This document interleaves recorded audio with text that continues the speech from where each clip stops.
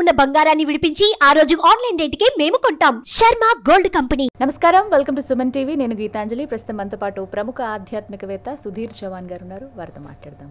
నమస్కారం సుధీర్ గారు. నమో వెంకటేశాయ. నమో వెంకటేశాయ. ఆ వెంకటేశ్వరుడు గురించి ఎన్ని చెప్పినా ఎంత విన్నా ఇంకా మిగిలే ఉంటుంది.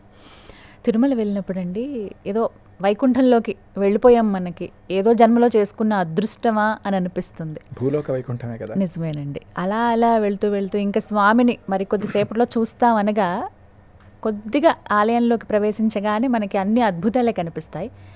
అనంత ఆళ్వార్ గారి గుణపం అని చూస్తామండి, కుడివైపున మనకు కనిపిస్తుంది అలా తగిలించి. అసలు ఆ గుణపం కథ ఏమిటి, వీటి గురించి చాలా మందికి తెలీదు. మీ నోటి ద్వారా వినాలనుకుంటున్నాను. తప్పకుండా. అనంతాళ్వార్ గారు శ్రీరంగంలో ఉండేవారు. భగవద్ రామానుజుల వారు, ఇదివరకు నేను ఒక వీడియోలో చెప్పాను, భగవద్ రామానుజుల వారు శ్రీరంగంలో చాలా వ్యవస్థని సంస్కరించారు, వ్యవస్థని ఏర్పాటు చేశారు. ఒక ఫుల్ ప్రూఫ్ టెంపుల్ అడ్మినిస్ట్రేటివ్ వ్యవస్థని చేశారు కదా. వారి శిష్యుల్లో అనంతాళ్వార్ గారు ఒకళ్ళు. తిరుమల ఇప్పుడు ఉన్నంత యాక్సెసిబిలిటీ ముందు ఉండేది కాదు. ఎవరు వెళ్ళాలని భయపడేవారు తిరుమలకి.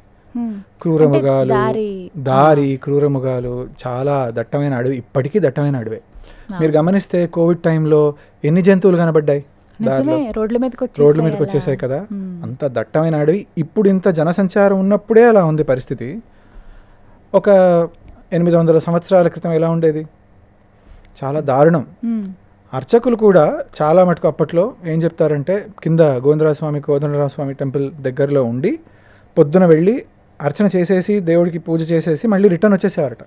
రాత్రులు ఎవరు ఉండేవారు కాదట అప్పట్లో. పైన చాలా నిర్మానుషమైన ప్రదేశము, తేళ్లు, పాములు, క్రూరముగాలు, చాలా దారుణంగా ఉండేదట పరిస్థితి అడవిలో.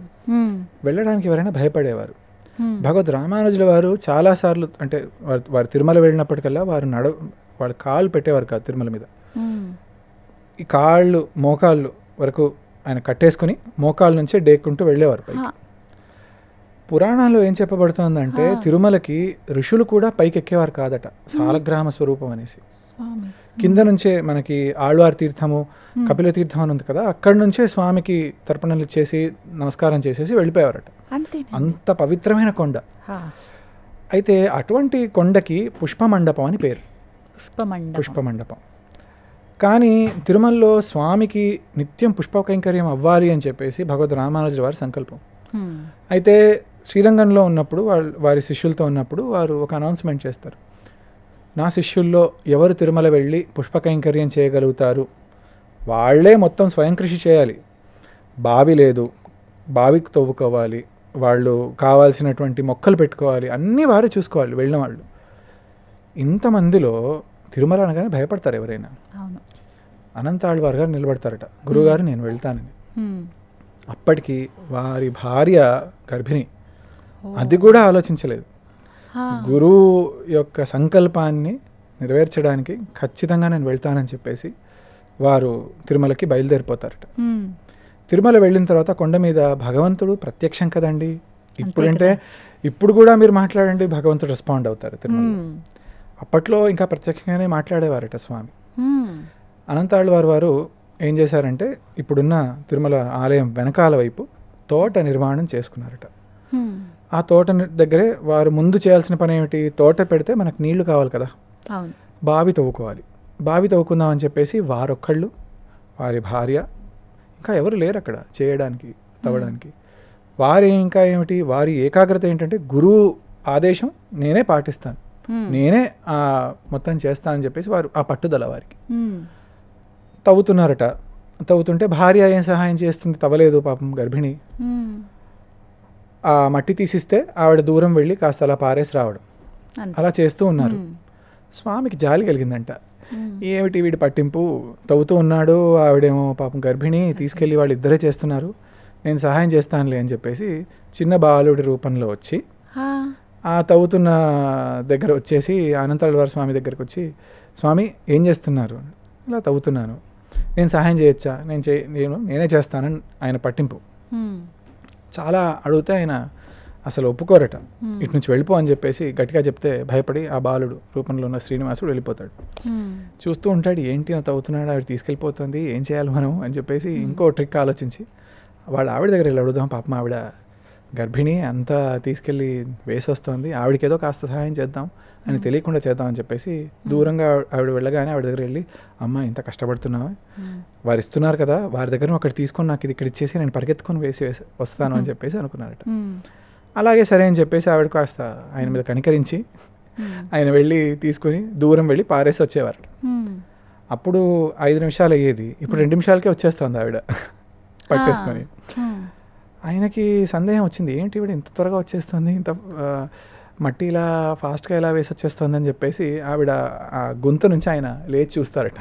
చూస్తే ఈ బాలుడు ఆ గంప తీసుకోవడం, పరిగెత్తుకుంటూ వెళ్ళడం, పారేసి రావడం.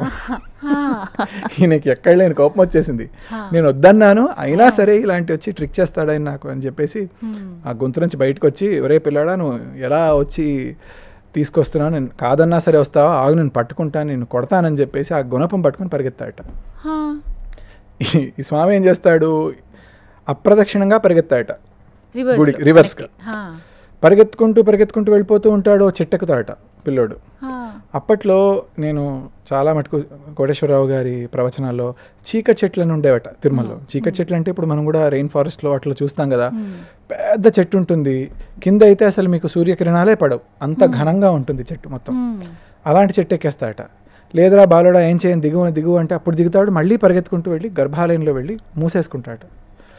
ఈ పిల్లవాడు లోపలికి వెళ్ళాడు గుళ్ళో, బయటికి రాకుండా ఉంటాడా అనుకుంటూ ఆ పరిగెత్తే సందర్భంలో ఏం చేస్తారంటే అనంతాళ్వార్ వారు ఆ గుణపం ఏదైతే ఉందో, అంటే మన చేతి నుంచి పారిపోతున్నాడు అనుకున్న సందర్భంలో ఆ గుణపం విసురుతారట. ఆ గుణపం వెళ్ళి ఆ పిల్లవాడు చిబుకాను తగులుతుంది. అంతలో ఆ పిల్లవాడు గుళ్ళో పరిగెత్తేసి గర్భాలయంలో వెళ్ళి మూసేసుకుంటాడు. ఈయన ఏంటి మళ్ళీ ఆ గుణపం పట్టుకొని బయట కూర్చుంటాడట. వీడు బయటికి రాడా, వీడు పన్నెని పట్టినా అనుకుంటా. అప్పట్లో వీళ్ళందరూ అర్చకులు వెళ్తున్నారు, మాట్లాడుకుంటున్నారు, బయటకు వస్తున్నారు, ఏమైంది మూసేసుకొని ఉంది, ఓపెన్ అవ్వట్లేదు గర్భాలయం సన్నిధి అనుకుంటూ వీళ్ళు మాట్లాడుకుంటూ ఉన్నారు. మాట బయట వరకు వచ్చింది. అనంతాళ్వార్ స్వామి మాటకు వింటా లోపలికి వెళ్ళిపోయారు. అదేంటా అనుకుంటూ అనంతాళ్వార్ వెళ్ళగానే సన్నిధి తెరుచుకుంటే స్వామి చిబుక నుంచి ధారా ప్రవాహంగా రక్తం కారుతూ ఉంటుందంట. చూసి స్వామి నిన్ను కొట్టానా అని చెప్పేసి అనంతాళ్వారు పచ్చకర్పూరం నూరి ఆ స్వామికి అద్దుతారట. ఆ రక్త ప్రవాహం ఆగడానికని క్షమాపణ చెప్పి అలా పెడతారట స్వామి. అంత కరుణామయుడు భగవంతుడు, భక్తుడి చేతి దెబ్బలు కూడా తిన్నాడు.